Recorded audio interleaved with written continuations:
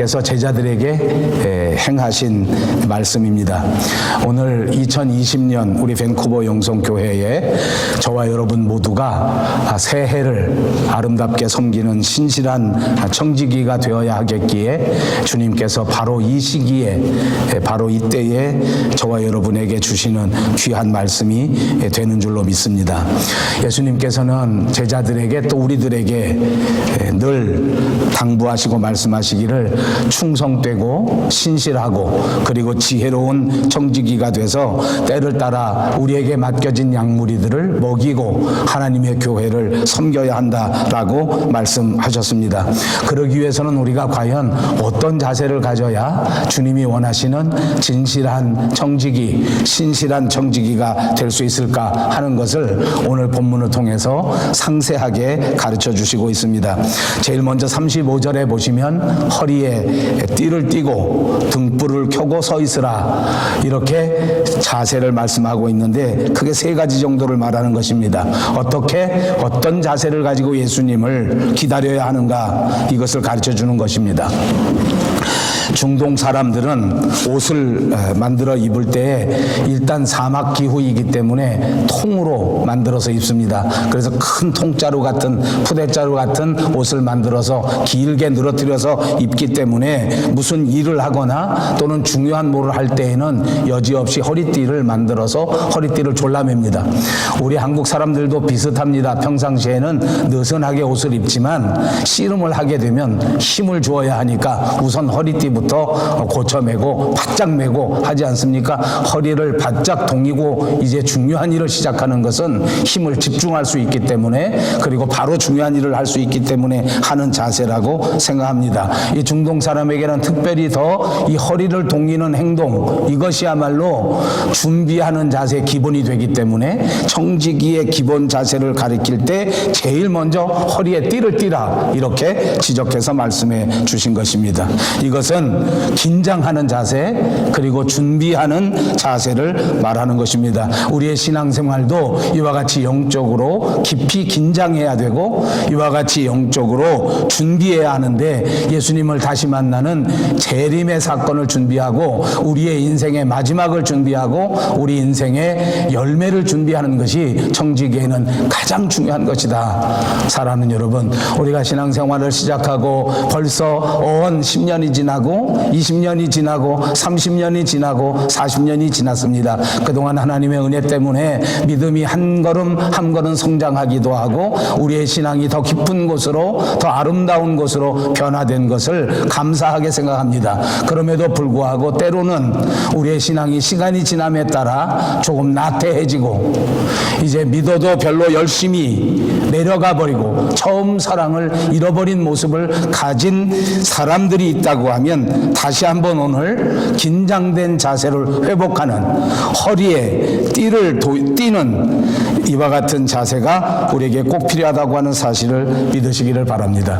베드로전서에 보니까 특별히 우리 신앙의 사람들은 마음에 허리를 띠고 근신하라라고 가르쳐 주었습니다. 마음을 띄어야 한다. 마음을 긴장해야 한다. 마음을 새롭게 해야 된다. 그렇습니다. 우리의 신앙생활에 있어서 가장 중요한 것, 청지기의 삶에서 가장 중요한 것은 우리의 마음에 허리에 띠를 띠는 생활입니다. 긴장을 풀었던 생활을 다시 한번 점검합니다. 이게 될 대로 되라, 세상이 흘러가는 대로 나도 따라가자 라고 나태한 마음을 가졌던 마음을 다시 한번 띠를 띠는 것입니다. 이렇게 마음의 긴장을 놓게 되면 우리의 실생활에서는 어쩔 수 없이 시험에 들게 되기 때문입니다. 그러므로 여러분, 시험에 들지 않도록 늘 긴장하시고 늘 준비하시는 아름다운 청지기들이 꼭 되시기를 주님의 이름으로 축복합니다. 두 번째로는 등불을 켠다. 등불을 켠다는 것은 무엇입니까? 어두움을 밝히는 빛으로서의 삶을 산다는 것입니다.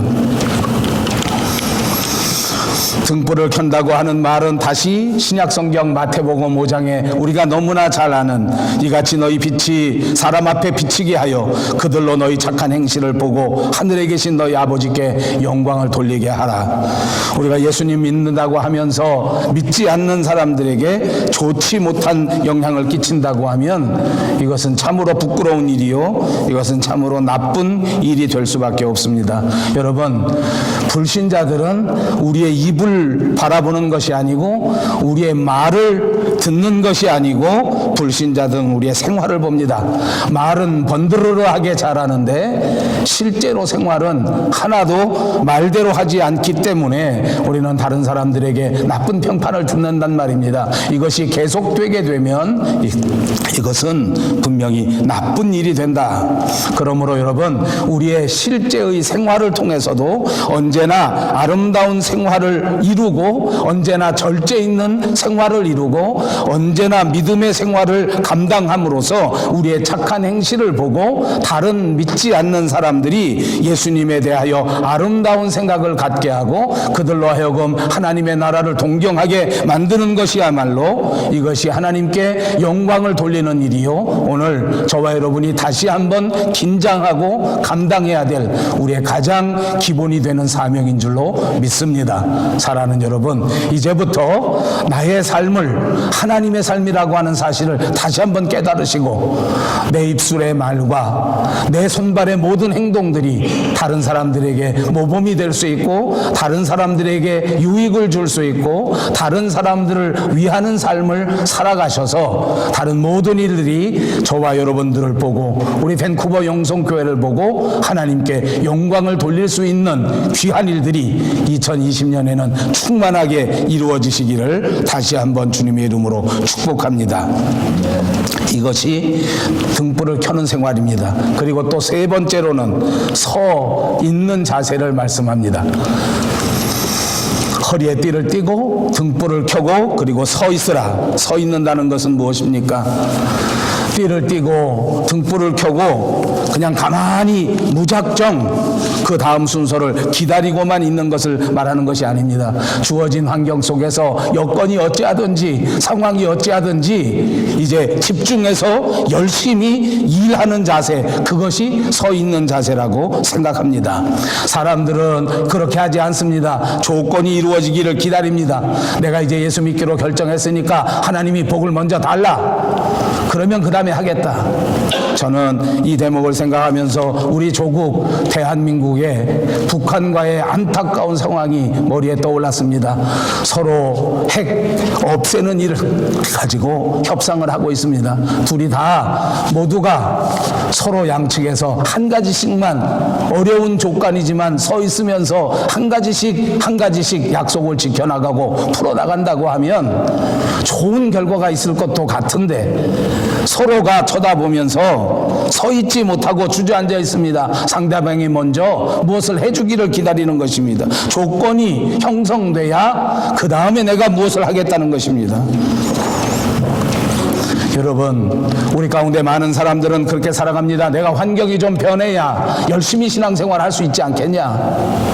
내가 좀 시간이 나야 무슨 봉사를 하지 않겠냐. 아이고 하나님, 내가 좀 돈을 벌어야 뭘 좀 가서 교회에서도 일을 하지 않겠습니까? 그것은 서 있는 자세가 아닙니다.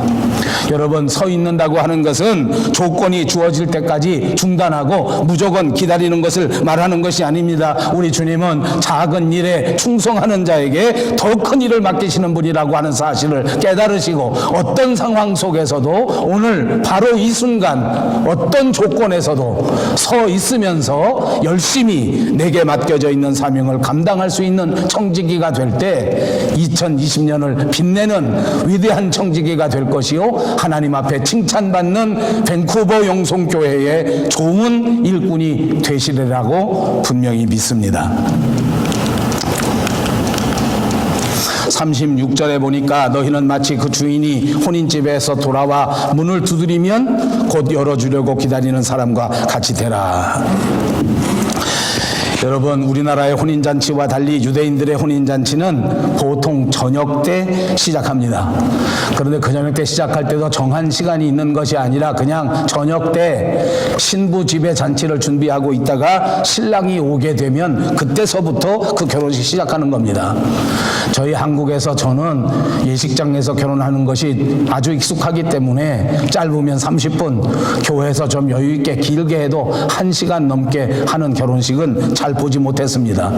그런데 캐나다에 와서 보니까 제 둘째 아들 결혼시킬 때 제가 조금 한 걸음 뒤에 서서 그 집 식구들하고 그 집 교회가 하는 대로 그냥 놓아뒀더니 결혼식 전체가 처음부터 시작해서 끝날 때까지 한 8시간 정도 걸리는 것을 보았습니다. 낮에 우리가 결혼식 했는데 밥 먹고 저녁까지 먹더라고요. 통상 여기 있는 분들이 많이 그렇게 합니다. 낮에 결혼하고 또 저녁에 가서 밥 먹고, 오후에 결혼하고 또 저녁에 가서 밥 먹고. 우리는 굉장히 짧은 거더라고요. 근데 유대 나라는 그보다 훨씬 더 했습니다. 왜냐하면 저녁 시간에 언제 도착할지 모르는 신랑이 오는 순간에 이제 시작해서 서로 밥 먹고 잔치하고 박수치고 또 이야기를 나누고 막 이렇게 하면 뭐 우리 말로 하면 밤 12시 넘는 건 보통이고 까딱 잘못하면 새벽까지도 둘러앉아서 서로 일하고 이야기하고 서로 축하해주고 이렇게 하다가 새벽녘 기도해서 출근할 사람은 출근하고 하는 일들이 굉장히 많이 있었던 것 같습니다. 자, 오늘 비유하실 때 이렇게 비유하십니다. 청지기를 비유할 때에 이것은 종이 있는데 그 종이 주인은 마침 혼인잔치에 갔고 혼인잔치에 갔다가 돌아오는 종을 기다리는 그것을 비유로 쓴 것입니다. 그래서 저녁 해질 때 시작해서 밤늦도록 계속되는 그 혼인잔치 집에 초청을 받아서 간 주인을 기다리는 종을 등장시킨 것입니다. 언제까지 기다릴는지 알지 못합니다. 최소한 밤늦게까지 기다려야만 합니다. 사실 초저녁에는 당연히 기다리는 것이기 때문에 어떤 종들도 별로 힘들지 않게 아주 나쁘고 아주 게으른 종들이 아니라고 하면 잘 기다릴 수가 있었습니다. 그러나 차츰 밤이 늦어지게 되면 이제 점점 힘든 상황이 되는 것은 너무나 당연합니다.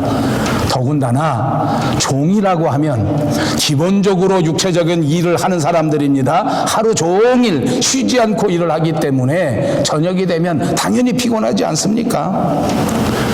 주인이 돌아왔을 때에 자기가 깨어 있으면 당연히 나가서 문을 열어주어야 하는 것이 이 종의 사명인데 초저녁에 일찍 돌아오시기만 하면 아주 좋을 텐데 만약 늦어지면 그때가 문제인데 그때 어떻게 하는가 하는 것이 오늘 청지기의 비유에 등장한 종이 된 것입니다. 주님은 우리들에게 이런 상황을 말씀합니다. 우리가 마치 이 종이 돼서 다시 오실 예수님을 기다리고 있는 상황이라고 하면 언제 다시 오실지 모르나 반드시 돌아오실 우리 삶의 주인이 되시는 예수 그리스도를 어떤 자세로 기다리는 것이 좋은가? 누가 과연 칭찬받을 수 있는 종이 될 수 있는가? 누가 과연 마지막 때에 예수님 앞에 책망받는 종의 모습인가 하는 것을 가르쳐 주는 것입니다. 37절을 보십시다. 주인이 와서 깨어있는 것을 보면 그 종들은 복이 있으리로다. 내가 진실로 너희에게 이르노니 주인이 띠를 띠고 그 종들을 자리에 앉히고 나와 수종들리라. 주인이 집에 돌아왔는데 아무리 문을 두드려도 문을 열어주지 않는다고 하면 얼마나 황당하겠습니까? 물론 주인도 사람입니다. 주인도 압니다. 오늘 내가 늦게 돌아와서 가뜩이나 피곤한 우리 종들이 좀 피곤하기는 하겠구나. 그런다 하더라도 자기의 할 일이 주인이 돌아오면 열어줘야 하는 일이기 때문에 문을 두드려 봅니다. 아, 그랬더니 피곤해리라고 생각했던 종들이 조금도 지체하지 않고 얼른 뛰어나와서 반가운 마음으로 문을 활짝 열어줍니다. 얼마나 기쁘겠습니까?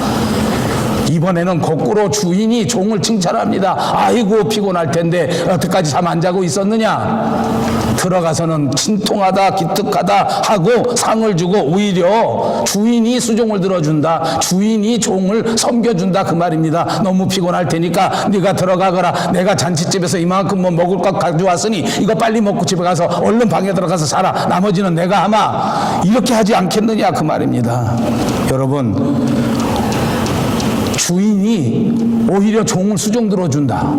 이것도 엄청난 비유입니다. 왜냐하면 저와 여러분들이 이 세상에서 맡은 우리의 사명을 다 감당하고 나면 피곤할 수 있습니다. 힘들 수 있습니다. 어느 인생이 피곤하지 않은 인생이 있겠습니까? 그러나 이 피곤을 참고 이 어려움을 참고 이 난관을 극복하고 끝까지 주님이 원하시는 충성된 종의 삶을 살면 우리의 삶의 주인이신 예수 그리스도께서 재림하실 그날에 거꾸로 종된 우리를 맞아주시고 거꾸로 종된 우리를 수종 들어주신다고 하는 엄청난 비유입니다.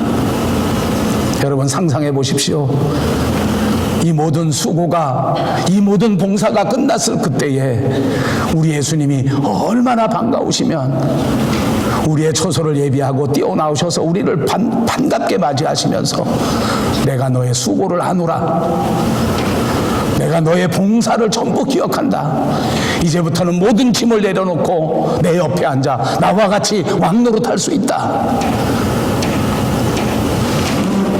이것이 예수님 재림하실 때에 저와 여러분 성도들이 누릴 수 있는 영적 축복인 줄로 믿습니다. 세상에서는 때로는 피곤하고 힘들었을지라도, 때로는 물질 때문에 조금 어려움을 겪었을지라도 마지막 이 순간을 바라보시고 극복하시는 여러분들이 되시기를 바랍니다. 때로는 세상에 살면서 육체적 건강 때문에 조금 불편하시고 어려움을 당한다고 할지라도 실망하지 마십시오. 조만간 우리의 주인이 돌아오시는 그날에 그 주님이 우리를 섬겨주시는, 그 주님이 우리를 수종 들어주시는 우리의 모든 아픔을 제하여 주시고 다시는 아픔이 없는, 다시는 눈물이 없는 그 아름다운 나라에서 영원히 살 수 있도록 만들어 주신다고 하는 사실을 믿으시고 붙잡으시기를 주님의 이름으로 축복합니다. 38절에 보니까 주인이 혹 2경에나 혹 3경에 이르러서도 종들이 그같이 하고 있는 것을 보면 그 종들은 복이 있다. 2경과 3경은 한밤중을 가리키는 그 시간을 말하는 것입니다. 밤 12시, 밤 1시에 깨어있기는 진짜 힘듭니다. 하루 종일 일했는데 어떻게 그 자정이 넘을 시간까지 있겠습니까? 그때까지도 깨어있는 자가 복되다고 말씀합니다. 사랑하는 여러분, 저는 여러분의 인생이 얼마만큼 피곤한지, 얼마나 힘든지는 잘 알지 못합니다. 그러나 여러분들의 삶은 결코 녹록지 아니할 것입니다. 땅 위에 두 발을 딛고 사는 삶은 피곤할 것입니다. 육체는 점점 쇠약해져서 아픔 속에 들어갈 것입니다. 아픔과 고통이 떠나지 않습니다. 사람과 사람과의 관계에서도 오해가 많이 생길 수 있습니다. 아픔이 있다는 말입니다. 그러나 끝까지 깨어있는 종이 되셔서 참으로 복된 그리스도인으로서 칭찬받는 여러분들이 꼭 되시기를 바랍니다. 39절과 40절입니다. 너희도 아는 바오니 집주인이 만일 도둑이 어느 때에 이를 줄 알았더라면 그 집을 뚫지 못하게 하였으리라. 그러므로 너희도 준비하고 있으라. 생각하지 않은 때에 인자가 오리라 하시니라. 도둑은 자기가 올 때를 알려주지 않고 갑자기 오는 것입니다. 그러므로 늘 깨어서 도둑 맞지 않도록 예비하고 준비해야 된단 말입니다. 예수님도 다시 재림하실 때에 우리가 생각하지 않은 때에 갑자기 오신다는 것을 말씀해 주는 것입니다. 여러분, 저와 여러분이 살고 있는 오늘의 시대는 진짜 캄캄한 세상입니다. 날마다 하루 자고 나면 하루 더 많이, 1시간 지나면 1시간 더 심각하게 컴컴한 죄악의 밤이 깊어가고 있다고 말할 수 있습니다.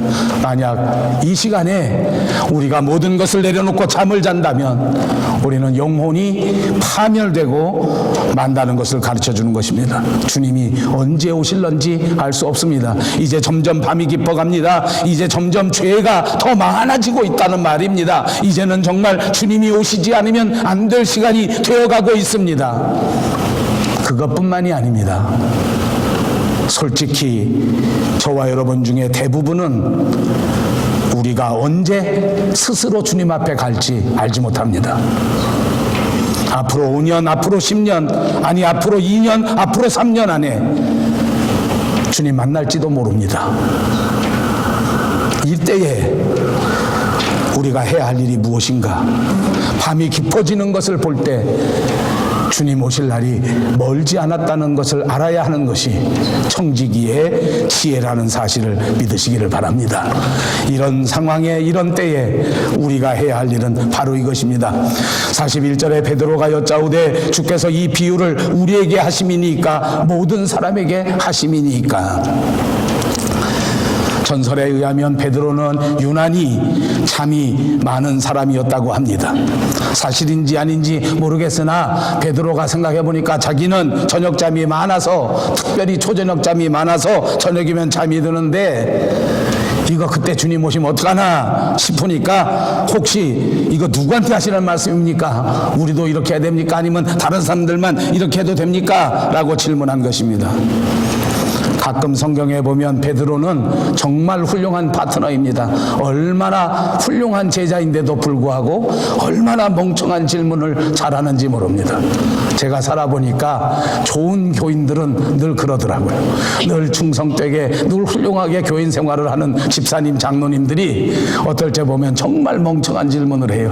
용서하시고 들으십시오. 베드로도 그랬어요. 오늘 예수님이 하시는 이 깊은 영적의 말씀, 이 감동적인 말씀을 감동으로 받아들이지 못한 거예요.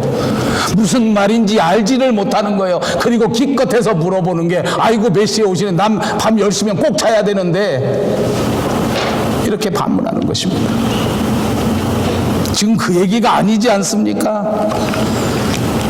42절에 보니까 주께서 이르시되 지혜 있고 진실한 청지기가 되어 주인에게 그 집 종들을 맡아 때를 따라 양식을 나누어 줄 자가 누구냐.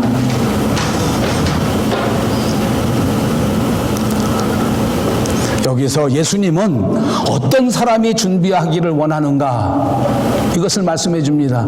누가 이런 준비를 해야 되는지 아십니까? 지혜 있고 진실한 청지기가 돼서 때를 따라 이 사명을 감당하고 싶어하는 자들이 이렇게 해야 된다. 사랑하는 여러분 어떠십니까?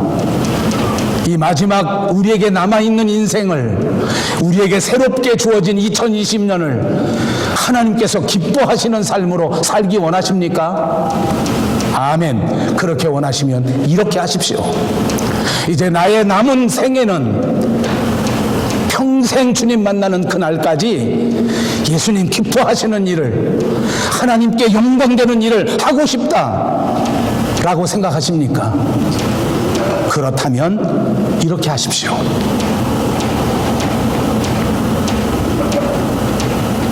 지혜 있고 진실한 청지기.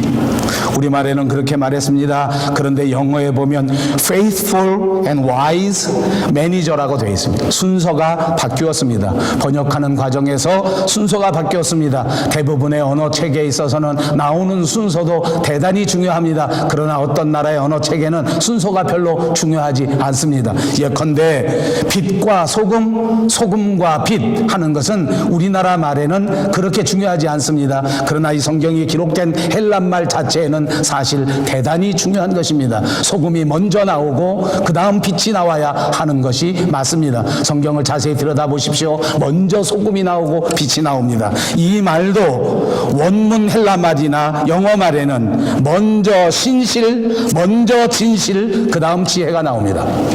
여러분, 청지기의 첫 번째는 진실입니다.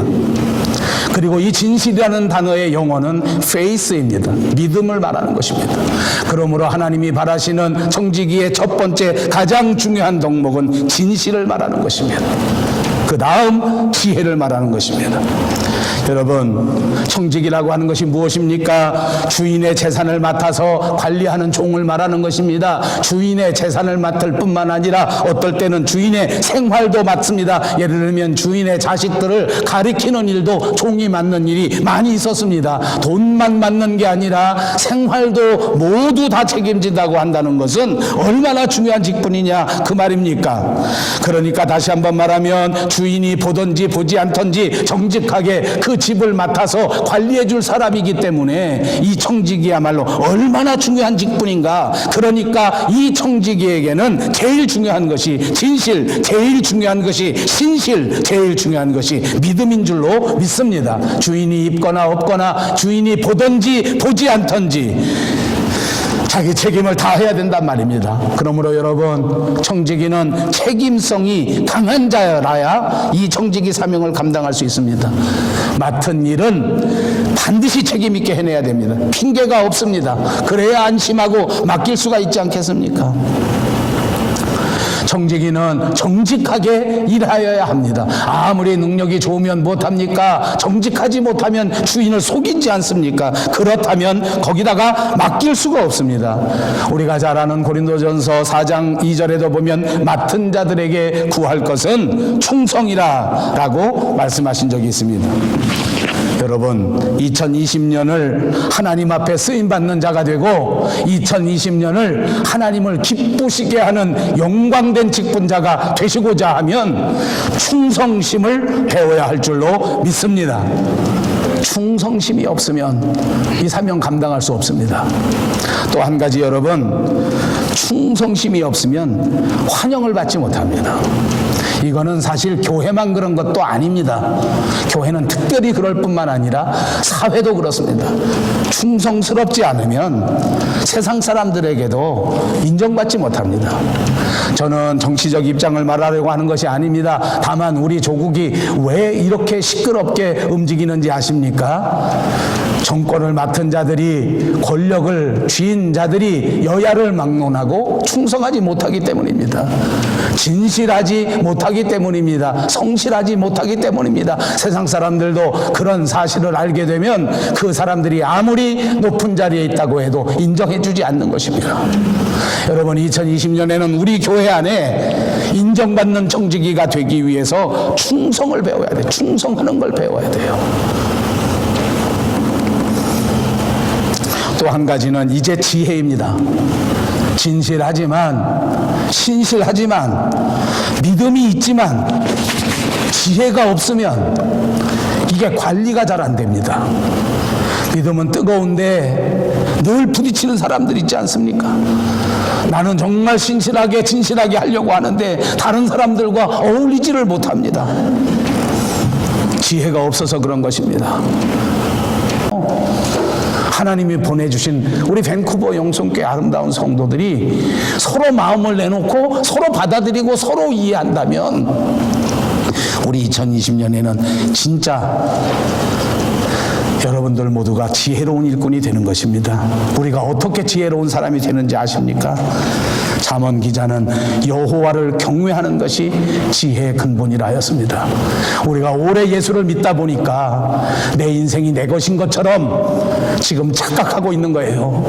오래 예수를 믿다 보니까 영적인 긴장감이 떨어져서 내가 내 인생을 좌우 마음대로 하는 것 같고 내 성격대로 다 내 성격 부려도 괜찮은 것 같고 내 실현하면 되는 것 같지만 아니요, 여호와를 경외하는 것이 지혜의 근본이라 하면 내 삶의 주인이 하나님이라는 것을 깨닫고 내 인생의 주인도 하나님이라는 것을 깨닫고 내가 섬기는 이 교회의 주인도 예수 그리스도라는 사실을 깨닫고 그 주인의 마음을 기쁘게 하는, 그 주인의 유익을 위해서 최선을 다하는 이런 자세를 가질 때 그가 주인이 기뻐하는 종이요, 이 하나님의 나라에 없어서는 안 될 위대한 자들이 되는 것입니다. 예수님은 언제나 우리에게 부탁합니다. 때를 따라 양식을 선하게 나누어 줄 자가 누구냐? 우리에게 물었습니다. 왜 그런지 아십니까? 여러분들이 저요 저요 하고 손들고 자발적으로 나서서 헌신하라고 그렇게 부르시는 것입니다. 잊지 마십시오.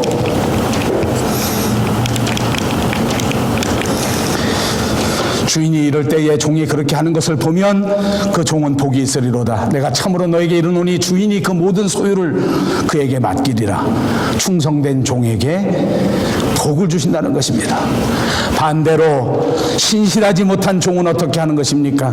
주인이 더디 올 거다, 주인이 안 올지도 모른다 생각하고 먹고 마시고 방탕합니다. 주인이 맡겨놓은 노비를 막 두드려 팹니다. 이렇게 살고 있다가 주인이 오시게 되면 그때 어떻게 되는 겁니까?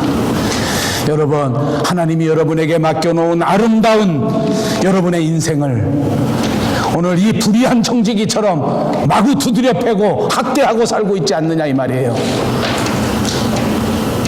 우리가 학대할 수 있는 삶이 아닙니다. 여러분의 가정, 여러분의 교회, 손가락질하고 가정을 험집내고 가정을 무너뜨리는 것은 그 노비를 때리는 종과 똑같은 얘기입니다. 무너뜨리면 안 돼. 교회를 비난하고 교회를 욕하고 교회를 허무는 것은 이런 악한 종의 모습이라 그 말이에요. 만일 그 종이 마음에 생각하기를 주인이 더디 오리라 하며 남녀 종들을 때리며 먹고 마시고 취하게 되면 생각하지 않은 날 알지 못하는 시각에 그 종의 주인이 이르러 엄히 때리고 신실하지 아니한 자에 받는 벌에 처하리니 주인의 뜻을 알고도 준비하지 아니하고 그 뜻대로 행하지 아니한 종은 많이 맞을 것이요 알지 못하고 맞을 일을 행한 종은 적게 맞으리라. 무릇 우리 다 같이 한번 읽어봅시다. 많이 받은 자에게는 많이 요구할 것이요 많이 맡은 자에게는 많이 달라 할 것이니라. 하나님은 많이 받은 자에게 많이 찾으시고 많이 맡은 자에게는 많이 내놓으라 하신다는 것입니다. 그러니까 우리 한번 생각해 보십시다. 하나님 앞에 내가 많이 맡은 자인가 적게 맡은 자인가? 하나님 앞에서 내가 정말 많이 받은 자인가 아니면 적게 받은 자인가? 한번 생각해 보세요. 여러분 어떻게 생각하십니까? 나는 아무리 생각해봐도 많이 받은 자는 아니다. 나는 조금 받은 자에 속한다. 이렇게 생각하십니까? 나는 하나님 앞에 많이 맡은 거 없어. 내가 맡은 게 뭐 있어? 나 조금 맡은 자야. 이렇게 생각하십니까? 제가 시간 너무 많이 지나갔기 때문에 이 두 가지 간단하게 하나씩만 대답합니다. 많이 맡은 자, 저는 무지하게 많이 받은 자라고 생각합니다. 제가 왜 다른 사람보다 많이 받았다고 생각하는지 아십니까? 한번 대답해 보실래요? 제가 많이 받은 것 같습니까? 안 받은 것 같습니까?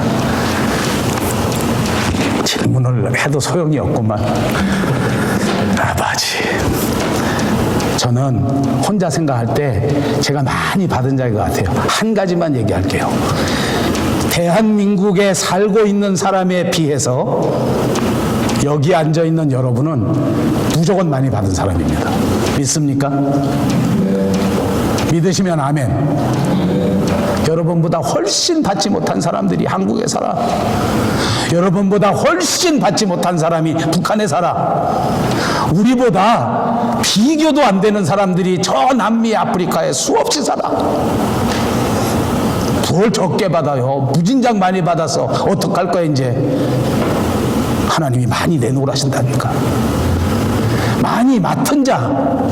아니 난 뭐 맡은 게 없어요. 아이고 목사님 난 집사도 아니에요. 난 병신도요. 난 집사가 돼요. 나는 아무것도 아니에요. 여기도 답이 있어요. 여러분 무지하게 많이 맡은 거예요. 비교해드려요. 밴쿠버에 있는 그레이스 교회 다니는 사람보다 무지하게 많이 맡은 거야. 일당 100이야 지금.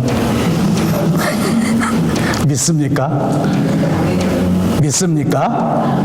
잘 되는 교회 다니는 사람보다 무지하게 많이 맡은 거야 지금.